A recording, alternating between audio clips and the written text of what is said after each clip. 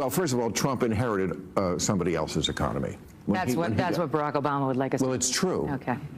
It's really on day one, everything changed. So just walk me through it. So Trump has Obama to thank for his economy, but Biden can't thank Trump for anything. Okay. So Bill Maher had Megyn Kelly on the show over the weekend, and she just took him completely to school over his classic Trump derangement syndrome. We'll show you that here today, but first, folks, do us a big favor. If you're enjoying the content, be sure to hit that like button down below and subscribe if you are new. And why should you subscribe? Because doing so goes a long way in ensuring we can keep bringing you these videos. It is the top way to support in this election year. It's also totally free. All you got to do is hit that red button. Now, I think it is worth noting for context that this is not the first time in 2024 that Megyn has completely destroyed Bill Maher. Let's remember just a few months ago when Bill went on Megyn's show and you saw a very similar sight to what you're about to hear in this weekend's HBO show. Check it out. Hillary Clinton, of course, is the original election denier. I'm sure you voted for her in 2016. Well, she's not an election denier. She absolutely was the OG election denier. First of all, she came out before the sun had risen to concede the election to Trump. And then spent the next 4 years saying he was illegitimate. He was an illegitimate president. Okay, well, first of all, she didn't say he was an illegitimate. Yes, she did. You tell me exactly what she said. She said those exact words repeatedly. I believe he knows he's an illegitimate president. Okay. I mean, she conceded the election. Whether you're interpreting her disappointment at losing it as the same thing as Trump not conceding it, I don't know if that's where you're getting it from. But again, it's a tremendous false equivalency. You could ask Hillary Clinton right now who won that election. She will tell you. Donald Trump won the election. Now she knows she has to because of what Trump has done. She came out that night in her dark purple suit and conceded the election. Correct. And then spent the next 4 years trying to convince us it was not legitimate. You can run the best campaign. You can even become the nominee. And you can have the election stolen from you. You can have the election stolen from you. I've always found it so funny, guys, that Bill Maher makes this big emphasis on how it's a false equivalency to compare 2016 and the Democrats' election denial to the 2020 Republican election denial. But really, when you break it down, he's just going full semantics, right? That's all that he's obsessed with, because what is the actual difference between not conceding the election and then conceding the election, but basically withdrawing that concession and then saying that the election was stolen from you? You get to the same point, which is that the loser in an election believes it was stolen from them. Oh, wow. Like, this is so crazy and unprecedented. I guess according to them, it is. But with that said, let's now get into this weekend's show where once again, Megyn Kelly is about to destroy Bill Maher satisfyingly once again. And it really tells you a lot that if Megyn can get over her Trump derangement syndrome, which many surely remember back from 2016, what exactly is Bill Maher and a lot of other people's problem? I have no idea, but let's get into it. I'm not saying you don't have a point. I'm just saying it's hard for people to understand why that, which is not democracy, that's the border issue. And you're right, they fucked it up. That, with like the things he's been saying, and all the people in his administration who said he's a fascist, he wants to be a fascist, he talks like a fascist, his friends are all dictators. I don't care about that at all. Not at all. Because? January 6th was not good. Wait, why don't you care about that at all? Because they've been saying that about Trump for years. They've been saying that about Republican candidates for years. It has like a long storied history. If you are at all center or center right, you are used to having your candidate of choice completely demonized, whether it's the F word, the R word, the misogynist word. They tried to tell us Mitt Romney was a raging sexist because of binders full of women. They tried to tell us John McCain was a raging racist, notwithstanding the fact that he had adopted a daughter from Bangladesh. They've been doing this for every Republican. They get to Trump, and we no longer are listening to them. Trump has incendiary rhetoric, there's no question, but we have 4 years to judge him by, and the country was going pretty well when Trump was in there, unlike the 4 years we've had under these two. Boom. Exactly. Okay. Bill Maher wonders why the American people have tuned out the derangement, why they're not listening. Oh, we've been calling him a fascist for 9 years, but suddenly now. Okay, Bill, let me make an analogy you understand, right?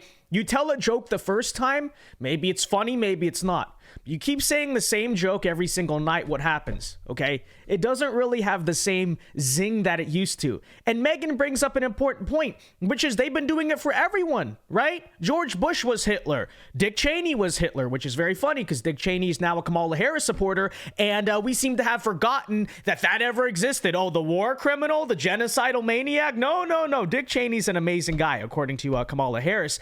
But, I think perfectly said there by Megyn Kelly. Completely true. Anyways, let's hear Bill Maher's response. Well, I mean, I could argue with that too. Actually, if Trump had this economy, and I could go through all the stats, the stock market is through the roof, wages are up. Not as high as it was under Trump. Well, first of all, Trump inherited somebody else's economy. That's what Barack Obama would like us to. Well, it's true. Okay. It's really on day one, everything changed. So just walk me through it. So Trump has Obama to thank for his economy, okay, but Biden can't thank Trump for anything. Okay. Let's get off this. Right. Because it's not what I really want to get to. Let's get off this, he says. Let's just move on to another conversation. Yeah, because you were getting schooled. Okay, no other way to put it. And yeah, you really set yourself up for this. This is the thing. Bill Maher is not really as good at this as he thinks he is. Because if you're going to praise the Biden-Harris economy, but then argue that Trump's economy was only good because he inherited it from the last guy, then what does that say about the Biden economy? Right? If you're going to celebrate Bidenomics, then the Republicans can just say, oh, you inherited the Trump economy. Now, in reality, I think the truth is, outside of Bill Maher's ivory tower, where he doesn't have to pay attention to how much things cost because he's actually extremely rich, you do find in ordinary America that the economy's not that good, okay? And there's 100% a reason why Kamala Harris has tried so hard to distance herself from the Biden economy because, yeah, ordinary people do not feel like things are more affordable now, like they're making more money relative to inflation. And let's remember that, Bill, okay, just because wages are up, and then who actually has the jobs, how many jobs are going to immigrants versus American native-born citizens, et cetera, et cetera. But, again, I think it's fair to say Bill Maher knew he was losing, and that's why he tried to change the conversation to begin with. Now take a listen as Bill tries to bring up the same exact argument from last May when Megyn Kelly had him on her show about, election denial and Trump won't concede and he's a threat to democracy. And yet once again, gets taken to school. Check it out. Well, don't think there won't be denialism if Kamala Harris loses too. It won't be the same. Okay, but there's going to be. I mean, they're already laying the foundation for lawfare. We're going to be stuck in this election one way or the other, no matter who wins, for weeks. Well, there's no evidence of that. Democrats have never done that. They've conceded. We already had this fight on my show. Hillary Clinton is the original election denier. Stacey Abrams. Yes, she is. It's different. Come on, man. Right. It's different between grumbling. Yes, they grumble and they shouldn't, and maybe it goes over the. It's different between grumbling about something and actually trying to overturn it, like he did. I mean, you know this. Why do we have to go through this? That's fine. You're allowed to file legal challenges in response to an election, which is what Trump did, and he lost, and he did wind up leaving office. I'm not going to defend his behavior on January 6th. I never have, and I'm not going to start tonight. But if you don't think there's going to be denialism on the Dem side, you haven't been paying attention to what's been happening on that side for these years. No, yeah, and that's absolutely the thing. Democrats will not accept these election results, calling it right now, if they lose. Okay? That's basically a given. And by the way, you want to talk about, oh, well, Democrats never actually tried to overturn the results.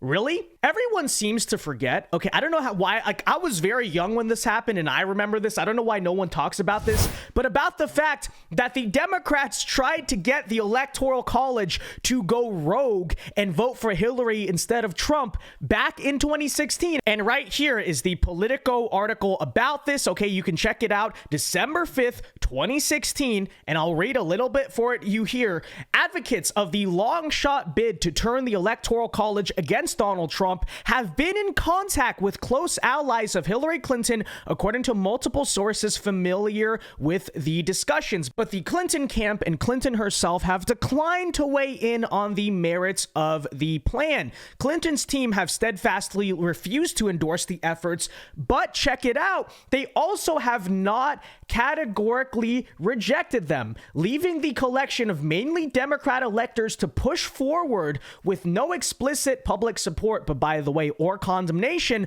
from the failed Democratic nominee or any of the other prominent party leaders. The Clinton camp's silence follows its cautious approach to another long-shot effort to deny Trump the presidency: the last-minute recount efforts in Wisconsin, Pennsylvania, and Michigan that were launched by Jill Stein. Jill Stein's aggressive push has annoyed Clinton aides, but has also not drawn their outright condemnation. Clinton's top campaign lawyer said in carefully chosen language that the campaign will participate in the recounts without expanding on its plans to get involved. We're really doing this on our own, said Polly Baca, a Democrat elector from Colorado and organizer of the Hamilton electors. Which is very ironic now, given all this talk about the false electors and how Trump tried to get Mike Pence to send the election back to the states. But okay, you had a lot of Democrats, and Hillary Clinton refused to condemn it, by the way. Okay, let's be clear about that. You had a lot of Democrats who were trying to get the electors in the Electoral College to turn rogue and overturn the Democratic results of the 2016 election. Oh, but you want to say there were not riots in the streets because Trump won. Yes, there were. Okay, if you want to outrage so much about January 6th, why don't we talk about the violence that occurred from Democrats in response to the 2016 election? So whichever angle you want to take from this, okay, and by the way, that was back in 2016. Just wait and see what Democrats will likely try to do if Donald Trump wins this time around 8 years later, okay? So all this talk about how it's not a false equivalency, Democrats will accept the election results. Yeah, no, they will not. And Megyn Kelly did a great job in pointing that out. Democrats will absolutely use lawfare to try to get the election overturned. In fact, Kamala already talked about how she has a lot of lawyers ready for that potential scenario. And you can fully expect efforts like this to get the Electoral College to go rogue yet again. And how do I know that? Because they literally did this the last time, okay? The Hamilton electors, Google it if you, think this is made up or something, and you can guarantee there will be a lot of chaotic protests in the streets, to say the least, if Donald Trump wins, okay? And I'm not endorsing that, obviously. That's just the reality. So let's not pretend like so-called election denialism, which Bill Maher loves the virtue signal about. He loves to claim is the most important thing. Yeah, average American person, you may live on unsafe streets and you may not be able to afford your groceries, but you can't possibly vote for the guy who's going to fix that all because he doesn't verbally concede elections, even though he still peacefully transferred power in the end. You have to care about this abstract issue of democracy, even though nobody knows at this point what that actually means. Well, again, I fully encourage Bill Maher and Megyn Kelly to make a bet on this. Why not? Let's see if Democrats accept the election results if they lose. Yes, spoiler alert, they're not going to. They didn't do it last time. It is not a false equivalency to point that out. And, Bill, I guess you're in for a rude awakening if they lose, because you're going to realize, oh, wait, they're not accepting these results, are they? That said, though, let me know your thoughts on all of this in the comment section down below. Be sure to leave a like on this video, subscribe if you are new, and until next time, God bless and peace.